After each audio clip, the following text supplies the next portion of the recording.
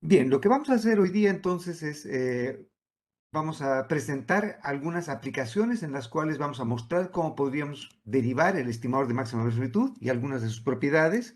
Y los dos ejemplos que voy a presentar ahora van a ser ejemplos en los cuales afortunadamente vamos a tener solución analítica para el estimador de máxima verosimilitud. Pero la gracia es que vamos además tratar de con eso mostrar algunas de las cosas que hemos ido desarrollando respecto a, por ejemplo, cómo evaluar la cota inferior de Cameron-Rao, evaluar si nuestro estimador es consistente, etcétera. Y además de eso vamos a cerrar con broche de oro mostrando justamente lo que ya habíamos adelantado antes, que el estimador de mínimos cuadrados ordinarios es simplemente el estimador de cuasi máxima verosimilitud cuando asumimos que los errores de nuestro modelo homocedástico lineal son normales. Y si es que obviamente efectivamente los errores son normales, entonces el estimador de cuasi máxima verosimilitud se va a graduar al estimador de máxima verosimilitud. Entonces, eso es lo que vamos a hacer ahora, ¿ok?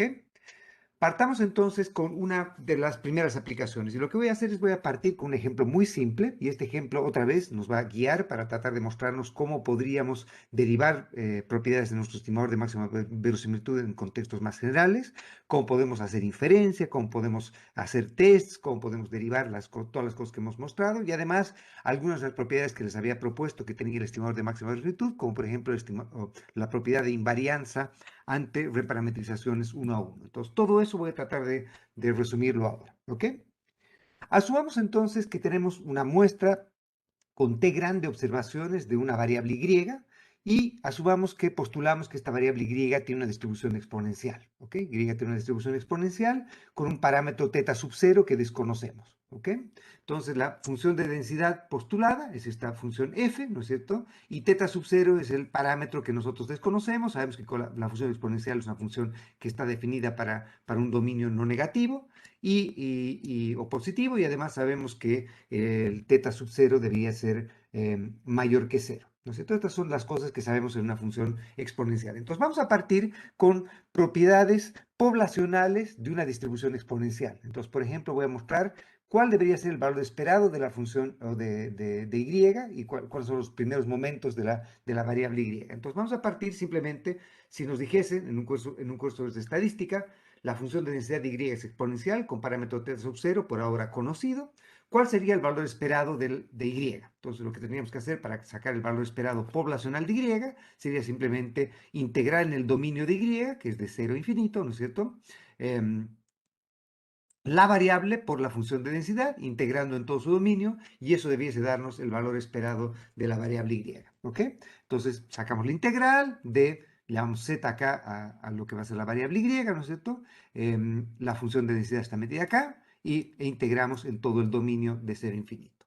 Obviamente, desempolven sus libros de cálculo y como ven, esta es una integral por partes, ¿no es cierto? Entonces, si tienen la integral por partes, hacen v diferencial de u, etcétera, y con eso van a obtener el valor para v, el valor y tienen que sacar la integral de esta parte acá, y esta integral de esta parte se va a poder resolver eh, eh, simplemente porque es la integral de e elevado a algo, entonces va a ser relativamente fácil de resolver. Entonces, ¿qué teníamos que hacer? Evaluar esto en el dominio de Y, y el dominio de Y es de 0 a infinito, entonces les pediría nuevamente, antes de ir a dormir, desempolvar sus cuadernos de integrales y de estadísticas respecto a cómo calcular momentos de una distribución continua, y entonces con eso van a obtener esta expresión de acá, luego de obtener la expresión de acá, evalúan de 0 a infinito y van a obtener este resultado, evaluando esta expresión de 0 a infinito, van a tener que el valor esperado de Y es simplemente θ sub 0. Entonces, la gracia es que, aunque desconocemos θ sub 0, sabemos que poblacionalmente el valor esperado de la variable Y que se distribuye exponencial va a ser efectivamente θ sub 0. Entonces, este θ sub 0, además, es una medida de tendencia central, que es la esperanza de la variable Y. ¿Ok? ¿Qué ocurría si es que queremos sacar, por ejemplo, la varianza de Y? ¿Por qué querríamos hacer eso? Porque recuerden que varias veces después vamos a tratar de evaluar propiedades del estimador y para las propiedades poblacionales del estimador vamos a también tratar de conocer los momentos de la variable Y poblacionalmente. Entonces, ¿qué podríamos hacer para sacar la varianza? Bueno, la definición de varianza es que la varianza es simplemente la esperanza de Y al cuadrado menos la esperanza Y elevada al cuadrado. ¿no es cierto? Entonces, vamos a demostrar que esto es simplemente teta sub 0 al cuadrado. ¿Cómo hacemos eso? Muy simple. Lo que tenemos que hacer ahora es sacar el valor esperado de y al cuadrado primero. El resultado de eso le restamos la esperanza de y, que era teta sub 0, elevada al cuadrado, que es teta sub 0 al cuadrado. Entonces lo que voy a hacer es simplemente mostrar que la esperanza de y al cuadrado es simplemente 2 veces teta sub 0 al cuadrado. ¿Cómo hacemos eso? Para sacar la esperanza de y al cuadrado, lo que hacemos simplemente la variable al cuadrado, la función de densidad, y la integramos en todo el dominio de 0 a infinito. Y lo que van a tener que hacer es que van a tener que hacer otra vez integral por partes una vez. Al haber hecho integral por partes una vez, van a tener esta parte de acá, más esta parte de acá, y acá tienen otra integral por partes, pero esta integral por partes afortunadamente ya la conocemos porque adopta la misma forma que la que teníamos por este lado de acá. Por lo tanto, tienen que hacer 2 veces integral por partes para obtener el valor esperado de y al cuadrado. Y el valor esperado de y al cuadrado, si hacen la evaluación, obviamente háganlo otra vez en casa con calma, deriven estas cosas para asegurarse que han entendido bien de dónde sacamos cada expresión. Eso va a ser simplemente 2 veces teta sub 0 al cuadrado. Por lo tanto, si 2 veces teta sub 0 al cuadrado es la esperanza y al cuadrado, entonces la varianza va a ser simplemente 2 veces teta sub 0 al cuadrado menos la esperanza y elevada al cuadrado, que es simplemente teta sub 0 al cuadrado. Entonces, 2 teta sub 0 al cuadrado menos teta sub 0 al cuadrado nos da efectivamente teta sub 0 al cuadrado. Por lo tanto, teta sub 0 al cuadrado es la varianza de y cuando y se distribuye exponencial. Entonces, miren qué bonito que está todo, porque obviamente acá teta sub 0 va a determinarnos todo respecto a esta distribución. Nos determina la esperanza, nos determina su varianza, todo está en función simplemente de teta sub 0. Conociendo teta sub 0, debiésemos saber los momentos de y. ¿Ok?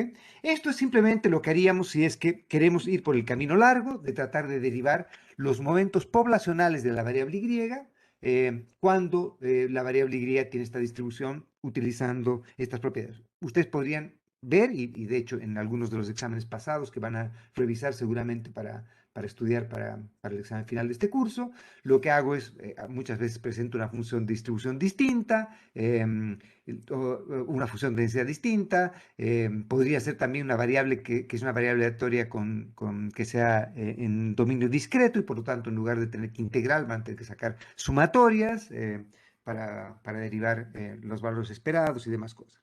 Pero hay un camino, si me preguntan a mí, un poquito más elegante, un poquito más divertido para tratar de sacar los momentos de una distribución, que es utilizar lo que se llama la función generadora de momentos o la función generatriz de momentos. Estoy seguro que en su curso de estadística han debido, por lo menos, derivar o evaluar esto.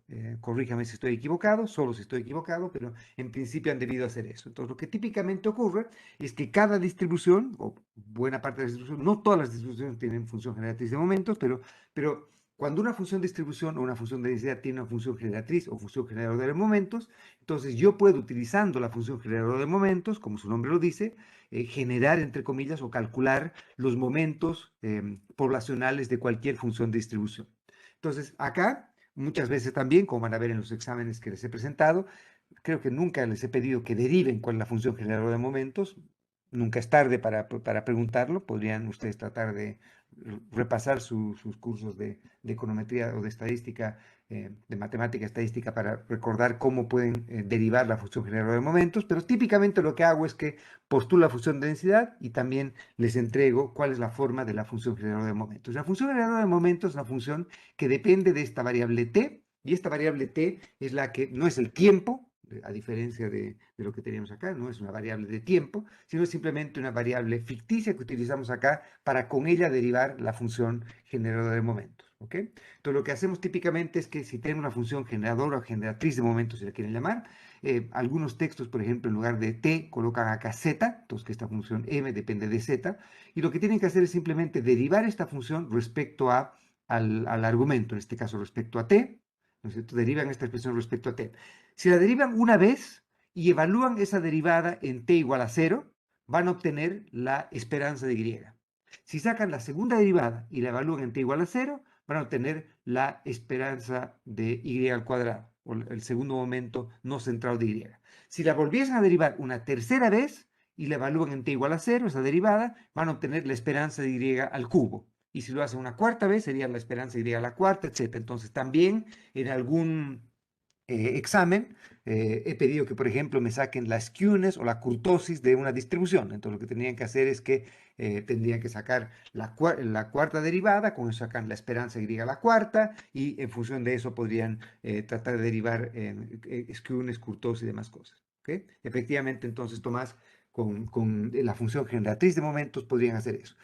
En el camino largo, si tienen tiempo y se acuerdan cómo derivar y prefieren derivar, obviamente podrían también sacar skewness, kurtosis y todo eso, sacando, por ejemplo, para la skewness tendrían que sacar z al cubo, y tendrían que hacer integral por partes 3 veces. Y para la cuarta, tendrían que hacer, el cuarto momento tendrían que hacer 4 veces.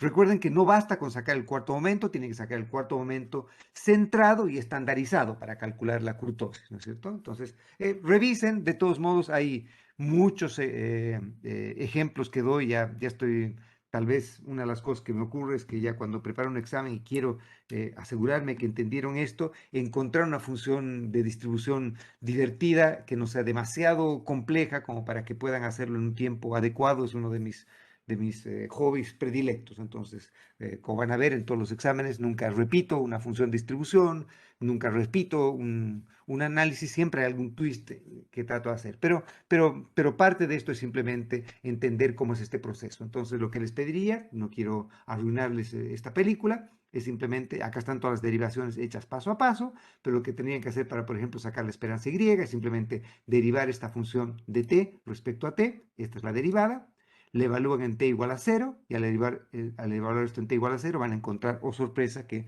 el valor esperado de y es efectivamente el mismo que han encontrado por el método entre comillas largo, que sería el de calcular la esperanza simplemente calculando la integral de esa expresión de ahí. ¿Ok? Si quieren sacar la esperanza y al cuadrado, la misma cosa acá, háganlo, la y al cubo, etcétera, etcétera. Entonces, lo que hemos hecho acá es simplemente hemos mostrado por qué queremos hacer eso, porque cuando derivemos ahora el estimador, recuerden que estamos acá calculando la esperanza poblacional de Y, la esperanza poblacional de Y al cuadrado, la varianza de Y poblacional, etcétera. Y eso depende de teta sub 0, pero teta sub 0 lo desconocemos. Entonces, lo que estamos viendo acá es simplemente ver cuáles son los momentos poblacionales de Y. Y vamos a utilizar esos momentos poblacionales de Y para, por ejemplo, derivar la cota inferior de Cramer-Rao. Entonces la vamos a necesitar para eso también. Y para otras cosas también que vamos a mostrar en unos minutos más. ¿Ok? Bien.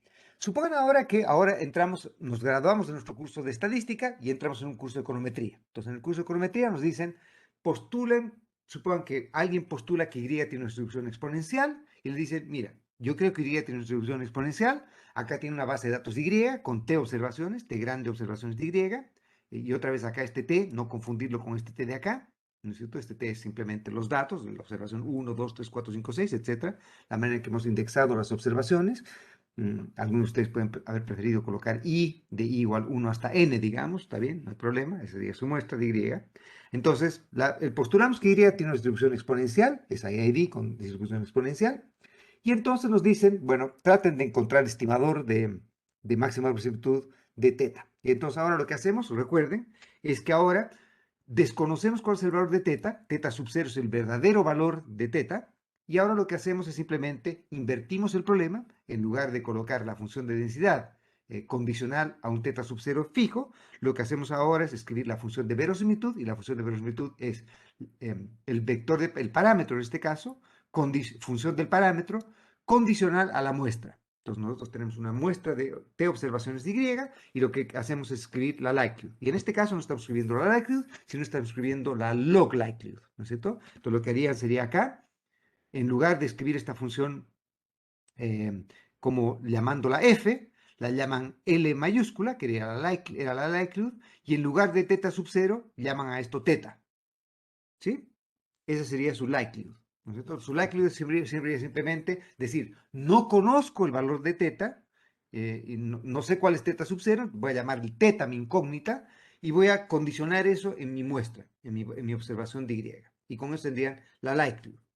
¿Qué hacen después de eso? Sacan el logaritmo a eso, y eso sería la log likelihood, ¿no es cierto? Entonces sacan el logaritmo a esta expresión, y en lugar de teta sub 0 colocan teta, y ahora sacan la distribución conjunta de toda la muestra, que sería la productoria, sacan el logaritmo a la productoria, y con eso van a sacar entonces simplemente la sumatoria de logaritmos de cada una de las likelihoods.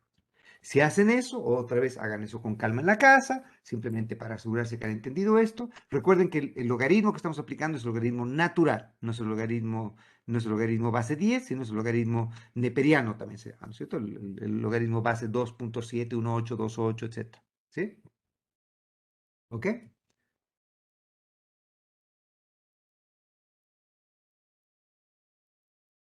Entonces, esta sería nuestra log likelihood.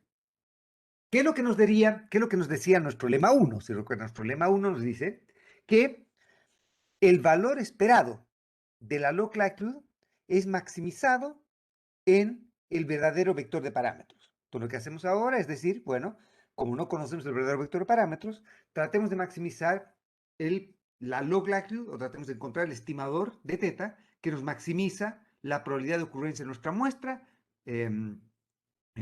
o cuál es el valor de teta que maximiza la probabilidad de ocurrencia de nuestra muestra. Entonces, lo que hacemos acá es simplemente derivamos la log likelihood respecto al parámetro, al teta. Al derivar respecto a teta, entonces derivan esto respecto a teta, ¿sí? Y esta sería la condición de primer orden derivando respecto a teta. Lo que van a tratar de hacer es tratar de derivar, tratar de encontrar cuál es el valor de teta que hace que esta expresión sea igual a 0. Entonces, evaluamos esto en la primera derivada igual a 0. Y al evaluar la primera derivada igual a 0, entonces en lugar de llamarlo teta, ahora lo graduamos a teta gorro. Entonces teta gorro sería el valor de teta que hace que la condición de primer orden sea igual a 0. Y van a ver que en este caso la función objetivo es afortunadamente globalmente cóncava y por lo tanto va a haber un solo teta que resuelve este problema. No va a necesitar utilizar Newton-Raphson para, para encontrar el estimador de teta porque afortunadamente la condición de primer orden me va a dar una función que va a ser simplemente lineal en el teta. Entonces ustedes acá despejan el teta gorrito y al despejar el teta gorrito van a encontrar que el teta gorrito es simplemente el promedio muestral de los Y, lo cual hace absoluto sentido, ¿no es cierto? Lo que nos está diciendo es que el estimador de máxima velocidad va a ser simplemente el promedio de los Y. Y justamente sabíamos ya, acá, bueno, asumiendo que sabíamos, pero si no sabían, pero intuitivamente va a ser razonable. ¿Por qué? Porque el teta gorro va a ser simplemente el promedio muestral de teta y sabemos que la esperanza poblacional de Y es simplemente el verdadero vector de parámetros. Por lo tanto, un estimador razonable del verdadero vector de parámetros o del verdadero parámetro va a ser simplemente el estimador de la esperanza, que es nuestro promedio muestral. ¿Todos de acuerdo? Siguiente paso.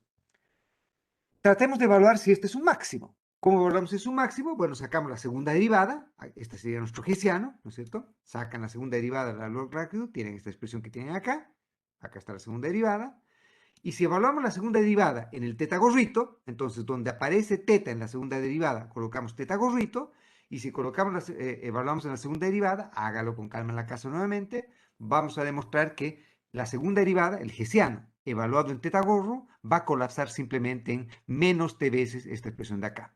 Como obviamente el teta gorro es y, es no negativo, el promedio de y va a ser positivo, el promedio de y al cuadrado va a ser positivo, toda esta expresión de acá es negativa y por lo tanto el hessiano es negativo, eso quiere decir que esta función es globalmente cóncava y por lo tanto este es un máximo. ¿Sí? El teta gorro es un máximo y es un máximo global.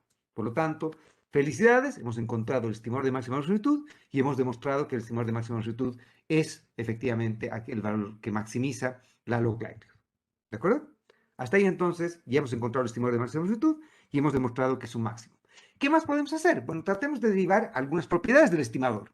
Hemos dicho que la esperanza del estimador típicamente no la podemos encontrar cuando el estimador de máxima longitud es no lineal, ¿no es cierto? ¿Sí? Acá, afortunadamente, el estimador de máxima longitud es bastante lineal y bastante fácil de derivar. Entonces, tratemos de sacar el valor esperado de teta gorro. Sabemos que teta gorro es esta expresión de acá. Sabemos que teta gorro es simplemente el promedio muestral de Y. Y por lo tanto, lo que hacemos es ahora sacar la esperanza. Esta es la esperanza poblacional. Entonces, la esperanza poblacional es sacarle la esperanza a esta expresión. ¿Sí? Sería tomar toda esta expresión, este choclito. Entonces, acá vamos a colocar teta gorrito. Y acá colocar, en lugar del z, colocar teta gorro. ¿Sí? Teta gorro por la función de densidad, pero evaluada en el verdadero teta sub 0. No en cualquier teta, sino el verdadero teta sub 0. ¿Por qué? Porque estamos sacando la esperanza poblacional. Y la esperanza poblacional es en función de la verdadera distribución de Y. Y la verdadera distribución de Y depende de teta sub 0.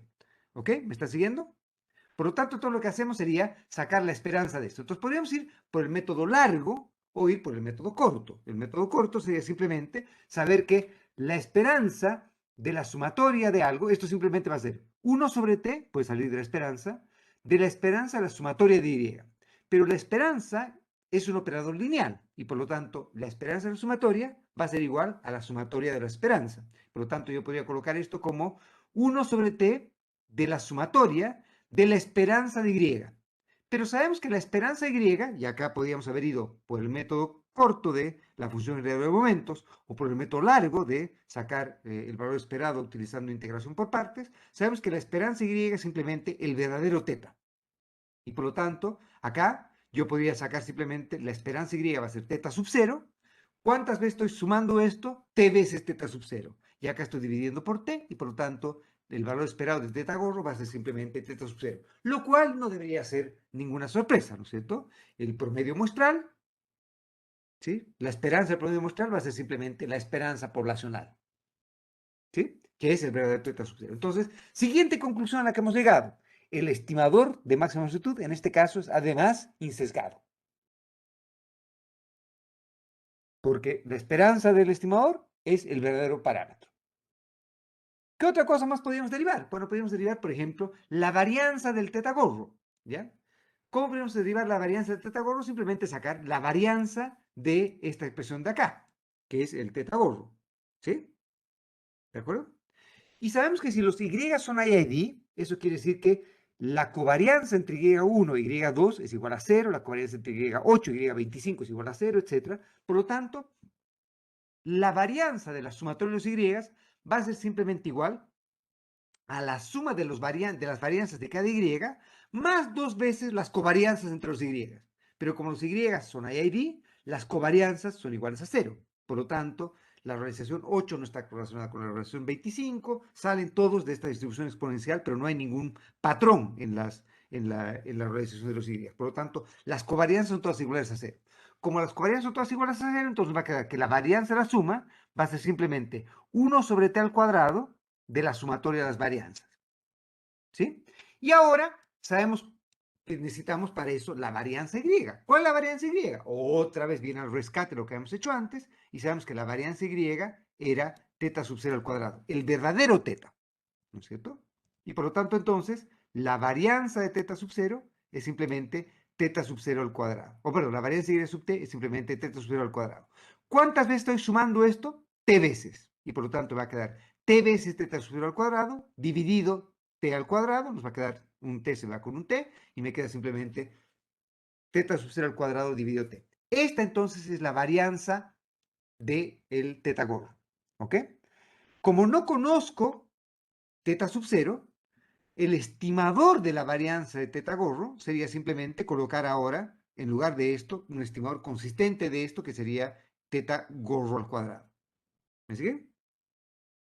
¿Sí? Ese sería un estimador. Pero vamos a ir a eso con calma en unos minutos más. ¿Ok? Bien. ¿Qué otra cosa podríamos hacer? Hemos demostrado que el estimador de mínimos cuadrados ordinarios es insesgado. Tarea para la casa. Tarea para la casa. No, no tarea para la casa. Lo hagamos ahora mismo. Ya. Me estoy sintiendo generoso. Podría pedirles que demuestren que el estimador de máxima longitud es consistente, no solamente insesgado. ¿Cómo podríamos demostrar que es consistente? Bueno, una manera, método largo, o método corto, o método más o menos. Podría ser utilizar, para demostrar consistencia, utilizar las leyes de grandes números, ¿no es cierto?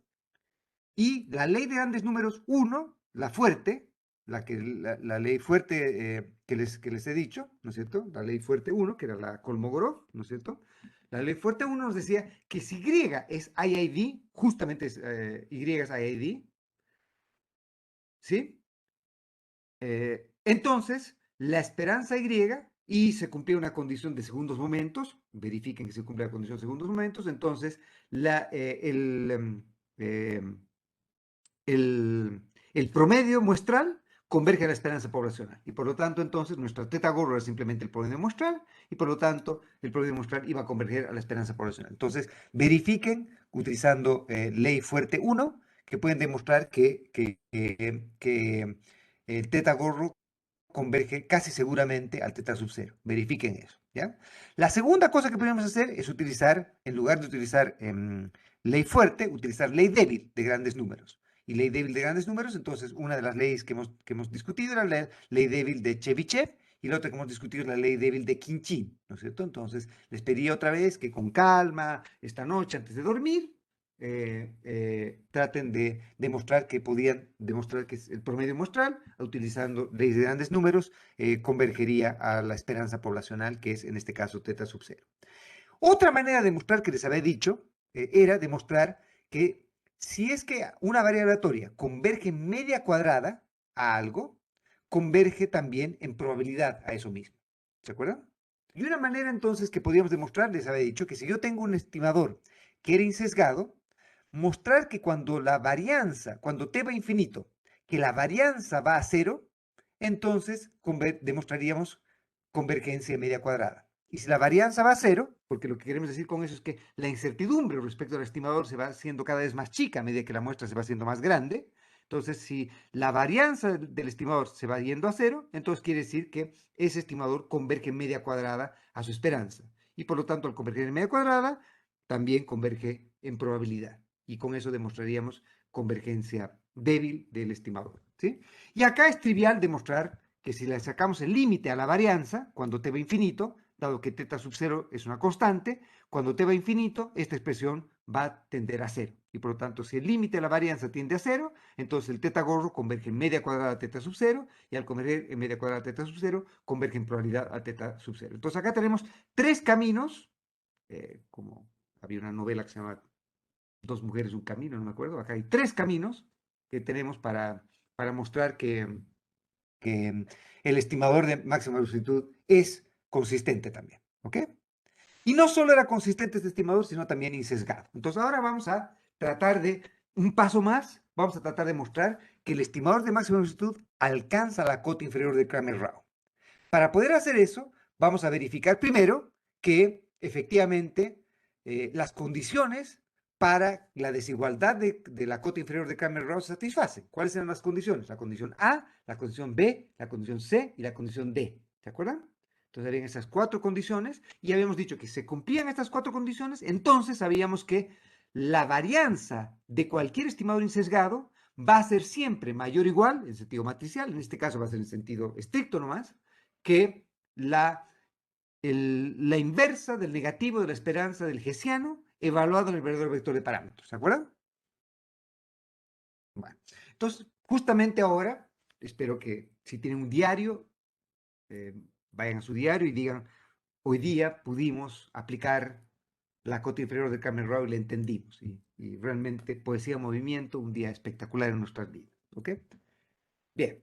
Entonces, asumamos que vamos a tratar de hacer justamente eso. Vamos a tratar de demostrar con este modelito tan simple que se cumplen las condiciones de la cota inferior de Cramer-Rao.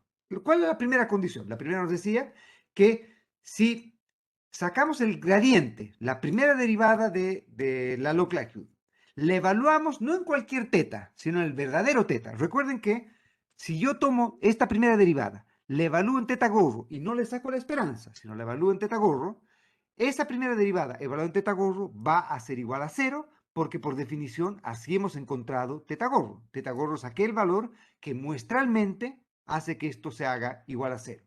Lo que estamos tratando de mostrar en la condición A es que la esperanza poblacional de la primera derivada, evaluada ahora en el verdadero vector de parámetros, también es igual a 0. Entonces, ¿qué hacemos? Sacamos la esperanza a la primera derivada. Y este término que está acá es justamente, como hemos demostrado acá, es la primera derivada. Pero la evaluamos no en cualquier teta, sino en el verdadero teta. Evaluamos esto en el verdadero teta. Y sacamos la esperanza a esto. ¿Cuál es la variable aleatoria sobre la cual estamos sacando la esperanza? Obviamente no es teta.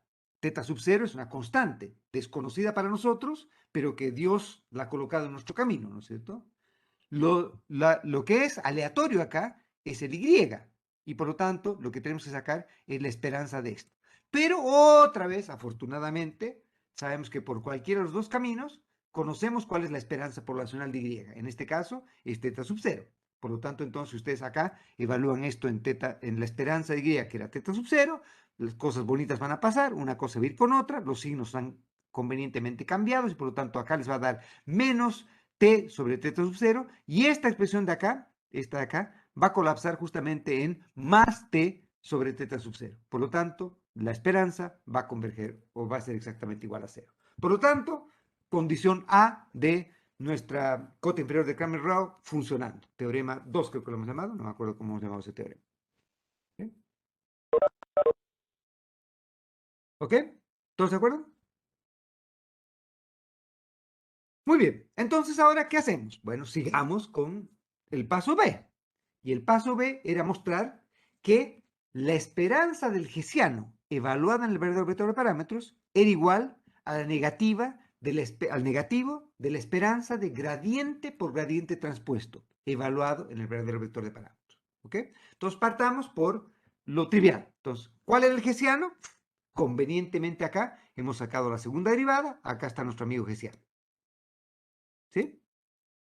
Lo evaluamos en el verdadero vector de parámetros, en este caso en teta sub 0. Entonces, donde aparece teta, colocamos teta sub 0. Y a esta expresión le sacamos la esperanza. Y es justamente lo que está acá. Entonces, acá, hasta el hessiano, evaluado en teta sub 0, le sacamos la esperanza a esto. Y otra vez necesitamos la esperanza y sub t, que era teta sub 0. Con esta expresión de acá, hacen suma, resta, multiplica y divide. Y con esto les va a llegar la expresión que es menos t sobre teta sub 0 al cuadrado. ¿Ok? ¿De acuerdo? Que es obviamente bastante parecido a lo que hemos obtenido acá, solo que acá la segunda derivada evaluada en teta gorro va a ser menos t evaluado en teta gorro al cuadrado, y acá va a ser simplemente menos t evaluado o sobre teta sub 0 al cuadrado. ¿Sí? Porque tenemos que evaluar esto en teta sub 0, no en teta gorro. ¿Estás de acuerdo? Bien. ¿Qué nos falta ahora? La primera mitad de la historia está lista. ¿Cuál es la segunda mitad de la historia? La segunda mitad de la historia tenemos que mostrar que esta esperanza del hessiano es igual al negativo de la esperanza de gradiente por gradiente transpuesto. Y acá quiero que, en el caso en que el vector de parámetros sea un escalar, va a dar lo mismo como hagamos esto. Pero en el caso en que no sea un escalar, es importante que sepan cómo derivar esta parte de gradiente por gradiente transpuesto. Lo que me está diciendo esto es que tome, gradiente va a ser, en este caso, va a ser, tomen todas las derivadas de la likelihood, o sea, ¿cuántos datos tenían? Tenían como T datos, digamos, 40 datos de Y, ¿no es cierto? 40 relaciones de Y. Entonces van a tener para cada observación una derivada de la log likelihood respecto a teta, ¿sí? Para el primer dato, para el segundo, para el tercero, para el cuarto, para el quinto, etc. Entonces, consideren esto como si fuese un vector de dimensión, en este caso, debería ser K por T, ¿sí? Debería ser K por T. K era el número de parámetros, T era el número de observaciones, ¿sí? ¿Ok? Lo que les estoy pidiendo que hagan acá es simplemente que agarren, esta expresión de acá es el producto, el outer product de los gradientes, es simplemente agarrar gradiente por gradiente transpuesto. Entonces les va a dar una matriz que es K por T transpuesta T por K, les va a dar una K por K, que es la dimensión del vector de parámetros. Entonces acá lo que tienen que hacer es, esta cosita acá, esto que tienen acá, es la derivada de la log likelihood para la observación T. Entonces lo que tienen que hacer en este caso, dado que, que el teta es un escalar, entonces esto va a ser simplemente sacar la suma de los cuadrados de la derivada respecto a teta. ¿Sí? ¿Me están siguiendo? ¿Ok? Y entonces lo que tienen que hacer es simplemente eso, sacan la suma de los cuadrados de esto, lo evalúan en teta sub 0, entonces donde aparecería teta, colocan teta sub 0, y le sacan la esperanza. Y otra vez necesitan conocer la esperanza de Y, y no solo la esperanza Y, sino también la esperanza Y al cuadrado, porque vean que acá hay un término que va a depender del cuadrado de Y. Y por lo tanto, recuerden que acá va a ser el cuadrado al primero, más el cuadrado al segundo, más el doble cuadrado al primero por el segundo, ¿no es cierto? Entonces tienen que sacar todas esas cosas acá. Entonces, otra vez, con calma en la casita, bueno, están en la casa, espero, no en otra parte, entonces con calma, sin moverse, demuestren que Si evalúan esta expresión, asegúrense de haber entendido bien esta expresión, evalúenla en teta sub 0, desarrollen el cuadrado, saquen la sumatoria, coloquen la esperanza y van a tener que sacar la esperanza y al cuadrado y con eso van a derivar otra vez esta expresión de acá. Y por lo tanto entonces van a ver que efectivamente la condición B se satisface. Entonces paso 2, satisfecho. Paso B, satisfecho. ¿Qué nos dice el paso C? El paso C nos dice que si sacamos la esperanza de gradiente y gradiente transpuesto y luego hablamos de teta sub 0, esta debería ser una matriz que debería ser positiva definida. En este caso, como teta es un escalar, va a ser simplemente una expresión que va a ser positiva. ¿Sí? ¿De acuerdo? Y por lo tanto, entonces, acá tienen el negativo de la esperanza gradiente y gradiente transpuesto, que es menos esto. Entonces, obviamente, la esperanza gradiente transpuesto va a ser el negativo de esto, que va a ser simplemente t sobre teta sub 0 al cuadrado. Y obviamente t es el tamaño de muestra, que es no negativo. Teta sub 0 es no negativo, teta sub 0 al cuadrado tampoco. Por lo tanto, teta sub 0, perdón, toda esta expresión es positiva. Por lo tanto, condición C satisfecha. Check. Condición D, les he pedido que acá la voy a demostrar. eh, o si quieren, demuéstrenla ustedes. No les voy a pedir que la demuestren, pero es relativamente simple. Lo que tienen que hacer es simplemente lo siguiente. Tienen que sacar la derivada no de la log likelihood, sino de la likelihood. ¿Ya? De la likelihood. Y por eso acá está, esta es la likelihood. Esta es lo que, como llaman ustedes, la pitatoria de las likelihoods. ¿Sí? No es la log likelihood, sino es la productoria de las likelihoods, ¿ya? Le sacan la derivada de la productoria, o sea, de la likelihood respecto a teta, derivan esto respecto a teta, evalúan esa derivada en teta sub 0, multiplican eso por el estimador, que en este caso el estimador es simplemente la sumatoria de su idea t dividido t, ¿sí? E integran eso en todo el dominio de t, ¿ok? Entonces, si hacen eso, van a obtener esta expresión que está acá. Entonces, esta es la derivada. Sí, esta es la derivada acá. La verdad es que es el colmo, he hecho todo. Acá está la derivada, el valor del estimador, todo está hecho acá. ¿Ok? ¿Ya?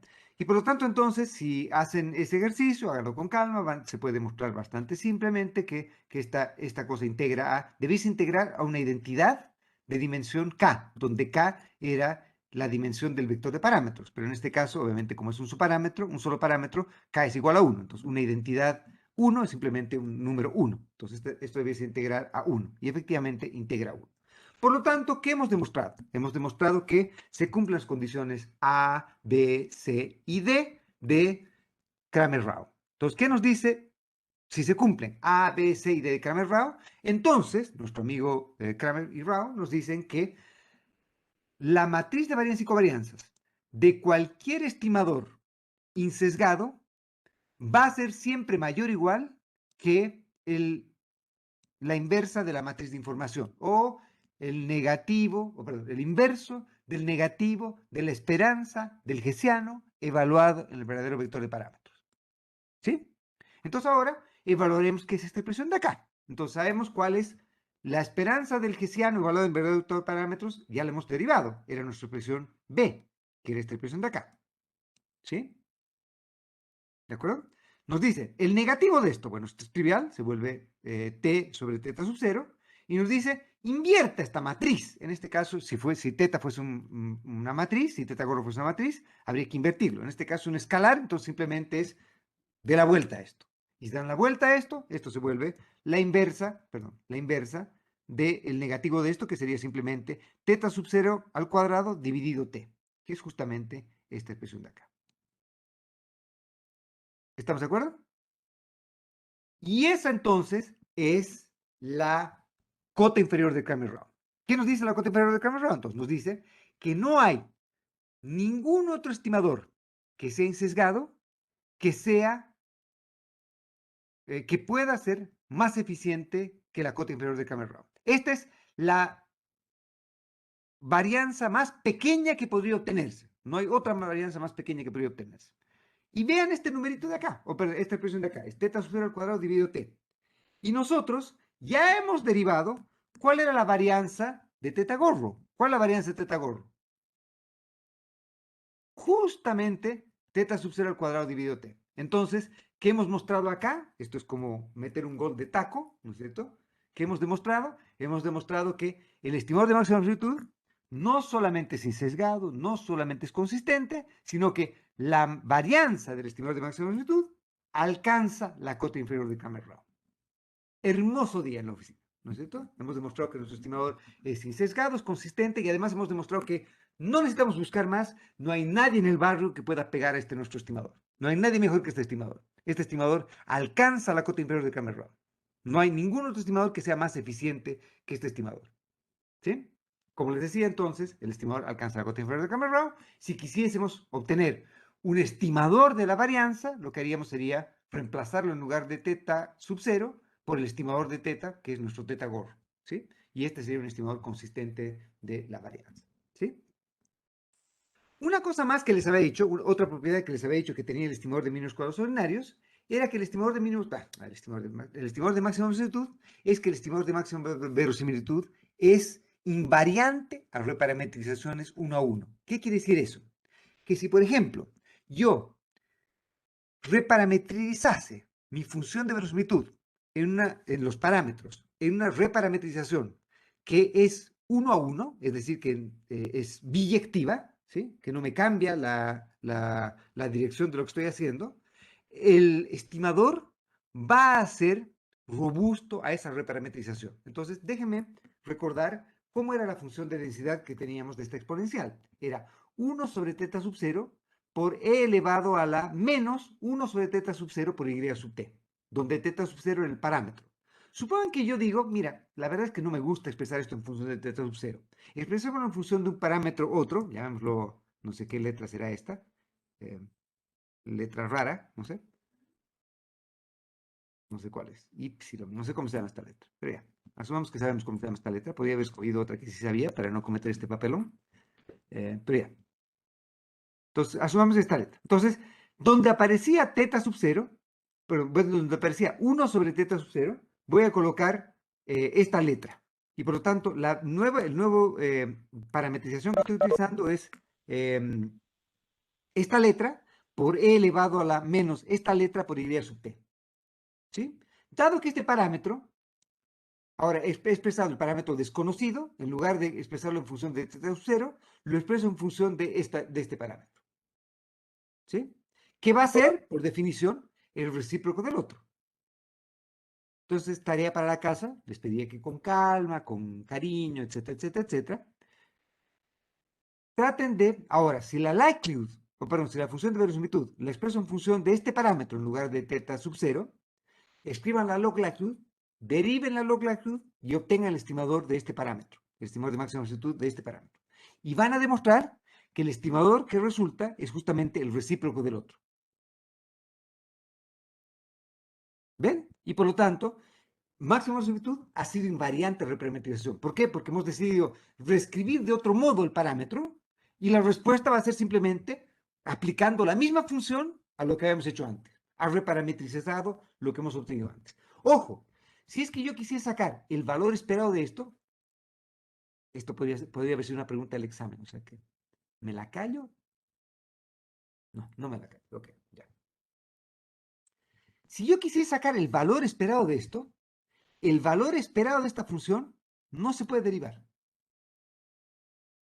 ¿No es cierto? Porque acá yo tendría que sacar el valor esperado de esta expresión, y esta expresión es una función que no es lineal en y sub t. Porque tendría que sacar la esperanza de 1 sobre la sumatoria de los y sub t. Y esa esperanza no es lineal en y sub t. Y por lo tanto, yo no podría haber derivado esta parte de acá. La esperanza de esto yo no podría demostrar que es eso. Sin embargo, yo sí podría haber derivado consistencia de este estimador. ¿Cómo?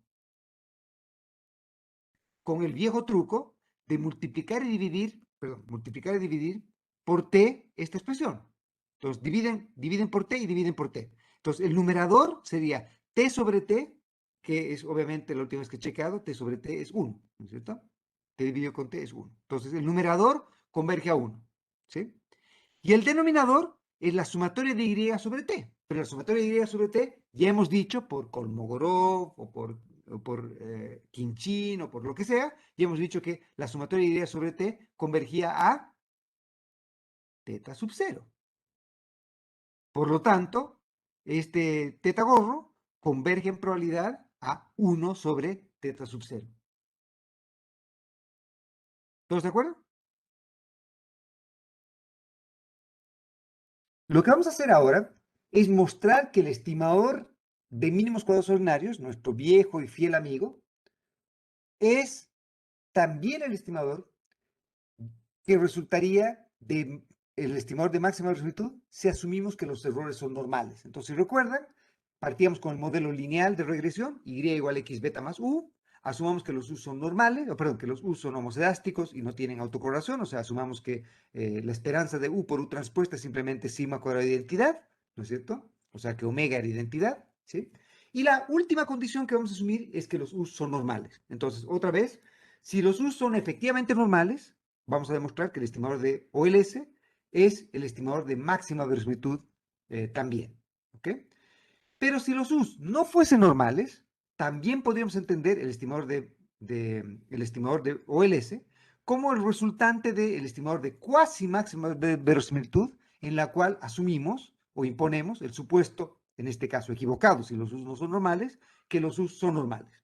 Y pese a que nuestro modelo estaría mal especificado, porque los U's no tienen la distribución que le estamos imponiendo, pese a eso, ya hemos demostrado que nuestro estimador va a seguir siendo consistente, va a seguir siendo asintóticamente normal. ¿Ok? Entonces, eso es lo que voy a tratar de mostrar ahora. Voy a tratar de mostrar que el estimador OLS, nuestro viejo compañero y camarada, este de acá, el beta gorro de toda la vida, el X transpuesta X inversa, X transpuesta Y, este también es el estimador de máxima verosimilitud cuando imponemos el supuesto de normalidad. Y a su vez, el estimador de la varianza, el gorrito, que hemos dicho que era el estimador sesgado, pero que era un estimador sesgado, pero consistente la varianza, el de la sumatoria de los subgorro cuadrados dividido t, ese estimador también es el estimador de máxima verosimilitud de la varianza de los u's. ¿Ok? ¿Cómo haríamos eso? Entonces, otra vez con calma, tarea para la casa, con mucho cuidado. Recuerden que si Y, perdón, si los u's son normales, Y condicional en X también va a ser normal. ¿Sí? Dado el beta, dado beta, si beta fuese fijo, ¿no es cierto? ¿Cuál sería el valor esperado de Y? El valor esperado de Y sería X veces beta sub 0, ¿sí? ¿Y cuál sería la varianza de Y condicional en X? Sería simplemente sigma cuadrado, porque si estamos condicionando en X, X es conocida, beta es un vector de constantes y por lo tanto la varianza Y condicional en X va a ser simplemente sigma cuadrado. Entonces, dados esos dos momentos que conocemos, Y es normal, con esperanza X beta y con varianza sigma cuadrado, entonces, o sigma cuadrado de identidad, entonces con eso podemos derivar la likelihood y la log likelihood. Entonces, otra vez, tarea para la casa, con calma, con cariño. Y de hecho, creo que les he pedido que hagan eso, que demuestren, por ejemplo, que si los uso normales, creo que cuando les he pedido que traten de demostrar cómo se veía la log likelihood para ver, ¿se acuerdan el criterio de información de Schwartz, de Hannan Quinn y demás cosas? Les dije que deriven la log likelihood para supuesto normalidad. Entonces, esto es algo que ya vieron. Seguramente para cuando les pedí que demuestren esto. Acá simplemente lo que quiero es que repasen lo que ya vieron, o si no lo vieron, obviamente lo deriven con calma nuevamente. Esto es importante de recordar y derivar, porque normalidad es un compañero que también nos sigue por muchos caminos. Es importante dominar bien la función de densidad de una normal, la función, la likelihood, la log likelihood, etc. ¿Ok? Entonces, esta sería la log likelihood. Y vean que ahora, como es la log likelihood, ya no depende de beta sub 0, que es el verdadero vector de parámetros, sino depende de beta, que es nuestra incógnita, que no conocemos cuál es el estimador de beta. Y tampoco conocemos cuál es el estimador de la varianza. ¿Ok? Entonces, beta sub 0 va a ser el verdadero valor del vector de parámetros y sigma sub 0 al cuadrado va a ser la verdadera varianza de los u's, que desconocemos. ¿Ok? Entonces, lo que hacemos ahora es derivamos la log likelihood respecto a beta. ¿Cuántos betas hay? En este caso hay k betas, porque tenemos k regresores, ¿no es cierto? Entonces, derivamos esta expresión respecto a beta. Entonces, vean que este primer término de acá no depende ni de beta ni de sigma. Por lo tanto, esta parte de acá, respecto a beta, no hay que derivar. Esta derivada es cero, ¿sí? El segundo término de acá tampoco depende de beta. Por lo tanto, la derivada de este segundo término no depende de beta, desaparece. El último término de acá sí depende de beta. Y por lo tanto, derivamos esta expresión respecto a beta. Al derivar esta expresión respecto a beta, recuerden la derivada matricial. Vean que esta derivada es lo mismo que menos 1 sobre esta expresión de acá. Y este último término de acá lo conocemos de nuestro primer curso, la clase que tuvimos en este curso, que era la suma de cuadrados de los residuos. ¿Sí?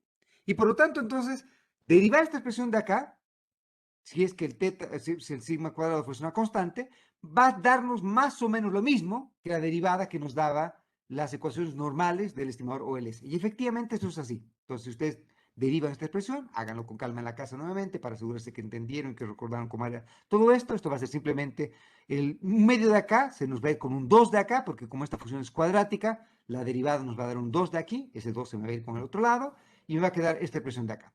Vean que lo que está en paréntesis acá, en sombrita, es lo que habíamos llamado antes las ecuaciones normales, ¿se acuerdan?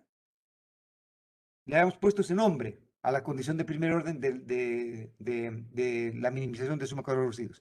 Y les había dicho, no sé si recuerdan, les había dicho que el nombre de ecuaciones normales provenía porque justamente estas iban a ser iba a ser la condición de primer orden respecto a beta si asumíamos normalidad de los errores y hacíamos máxima verosimilitud. Y justamente llegó el día en que mostramos que efectivamente no les temó el pelo, sino que eso es justamente lo que ocurre, ¿no es cierto? Esta es la ecuación que resulta de la condición de primer orden cuando imponemos el supuesto de normalidad. ¿Qué harían ustedes después para obtener el estimador de máxima verosimilitud del beta, gorrito? Deberían igualar esto a 0 y llamar beta gorro aquel que resuelve con esto igual a 0, y obviamente también sigma cuadrado gorro sub 0 sería el estimador de la varianza. Pero acá, cuando igualen esto a 0, este término de acá se va a ir y les va a quedar que simplemente para hacer que toda esta expresión sea igual a 0, necesitan que lo que está sombreado acá sea igual a 0. Y por lo tanto, necesitan encontrar el beta gorro y ese beta gorro ya lo hemos encontrado. ¿Cuál era? Justamente este nuestro amigo de acá. Por lo tanto, entonces, acabamos de mostrar que el estimador de mínimos cuadrados ordinarios es justamente también el estimador de máxima verosimilitud cuando asumimos que los usos son normales. ¿Sí? ¿Qué otra incógnita tenemos? Sigma cuadrado. Entonces, derivamos la log latitud respecto a sigma cuadrado. ¿El primer término depende de sigma cuadrado? No, entonces no hay derivada acá. El segundo término sí depende de sigma cuadrado. Por lo tanto, derivamos esto respecto a sigma cuadrado y obtenemos este término de acá. Asegúrense de que entendieron que efectivamente eso es lo que sale de ahí. Y el tercer término, que es todo este término de acá, ¿depende de sigma cuadrado? Sí depende de sigma cuadrado. Entonces derivamos respecto a sigma cuadrado y aparece un sigma a la cuarta acá. ¿De acuerdo? Perfecto. ¿Qué deberíamos hacer para encontrar el estimador de sigma cuadrado? Bueno, toda esta condición de primer orden le igualamos a 0, llamamos beta gorro al estimador de máxima verosimilitud y sigma cuadrado gorro al estimador de máxima verosimilitud de la varianza. Pero el beta gorro ya lo hemos obtenido de acá, de esta primera condición. Por lo tanto, acá vean que este término de acá, esto que está acá, cuando lo evaluamos no en cualquier beta, sino en beta gorro, ese término que está sombreado, ¿qué es? Cuando lo evaluamos en beta gorro. Ese es el Que, estimador de los residuos, que lo hemos llamado U gorro. o gorro. Por lo tanto, esto nos queda U gorro transpuesta a U gorro, que no depende ya del sigma cuadrado, de nada. Depende simplemente del U gorro, y el U gorro es ahora una constante, dado que conocemos el estimador de beta, que era el beta gorro. Por lo tanto, cuando igualen esto a 0, les va a quedar U gorro transpuesto a U gorro acá, y les va a quedar un sigma gorro a la cuarta, sigma gorro al cuadrado. Un 2 acá y un 2 acá. El 2 se nos va a ir con el 2, porque recuerden que estamos igualando esto a 0.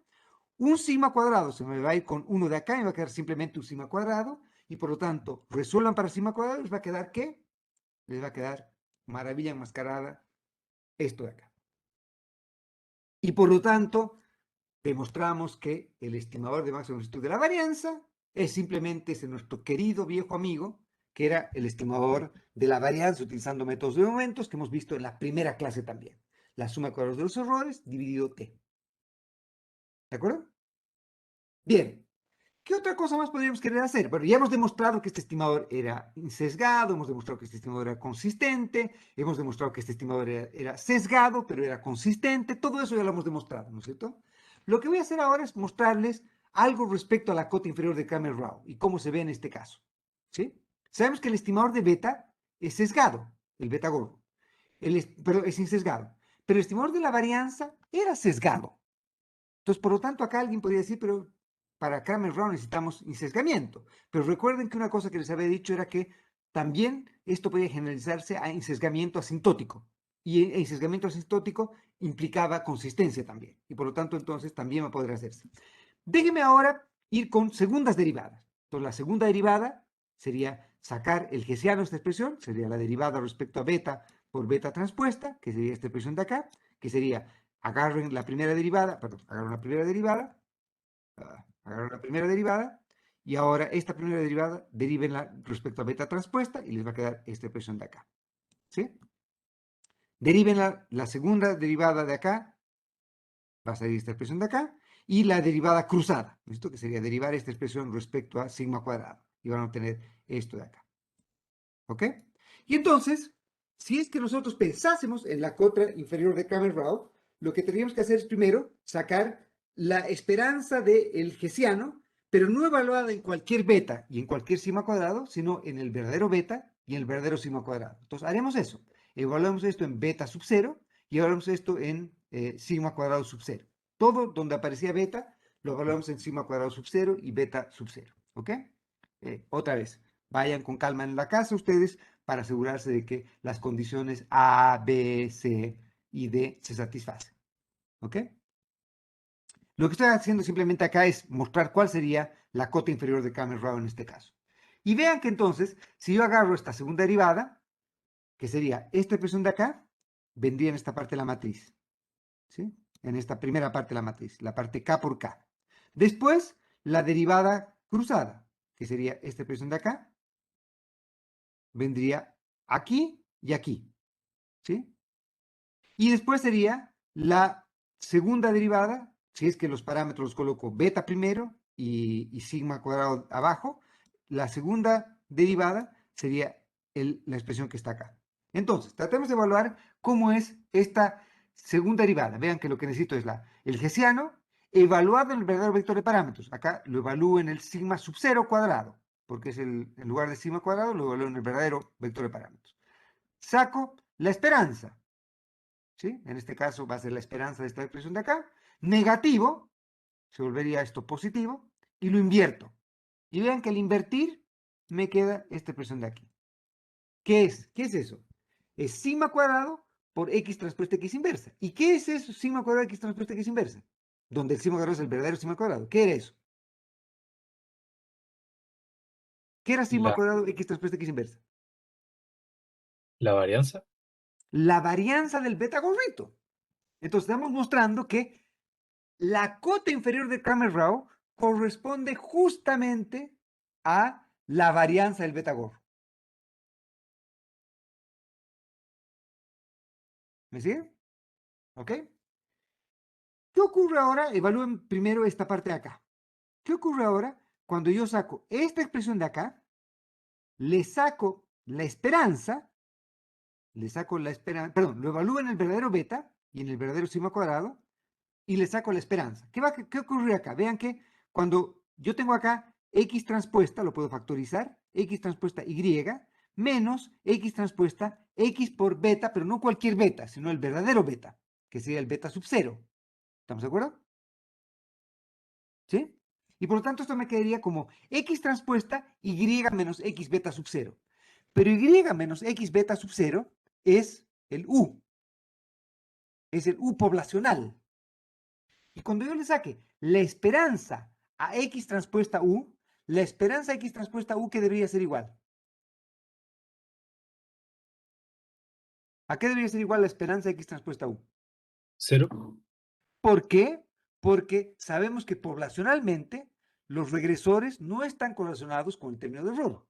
Si estuviesen correlacionados con el término de error, ya sabíamos que el estimador o el S le caían las penas del infierno. Iba a ser sesgado, iba a ser inconsistente, o iba a utilizar variables instrumentales, otra cosa, ¿no es cierto?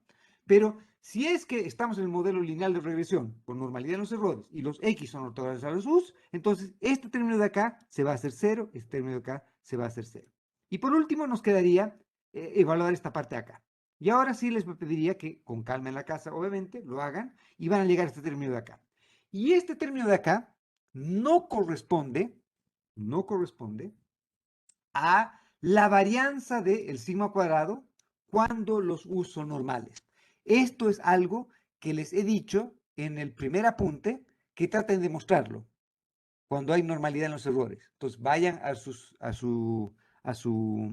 apuntes y traten de verificar que efectivamente esto es algo que les he pedido que demuestren. ¿Ok? Y por lo tanto, vean que la varianza del sigma cuadrado no alcanza la cota inferior de Kramer-Rao. La cota inferior de Kramer-Rao era 2 sobre t. Y esta es 2 por t menos k sobre t cuadrado. No es sobre t. Y por lo tanto, esta varianza es mayor que la de la cota inferior de Kramer-Rao. ¿Sí? Y el estimador que habíamos dicho que era insesgado, el Lolita, que a alguna gente le gusta utilizar, ese estimador tampoco alcanza la cota inferior de Kramer-Rao. La varianza estimador bajo el supuesto normalidad es esa expresión de acá y no es dividido t. Y por lo tanto, entonces, ninguno de estos alcanza la cota inferior de Kramer-Rao. Sin embargo, asintóticamente, lo que va a ocurrir es que ambos, al ser consistentes, van a ser asintóticamente igual de eficientes. Y por lo tanto, por eso que les había dicho antes, como moraleja, la verdad es que yo prefiero quedarme con el estimador gorrito, porque el estimador gorrito además tiene la medallita de haber salido de ser el que resulta de máxima velocidad. ¿Ok?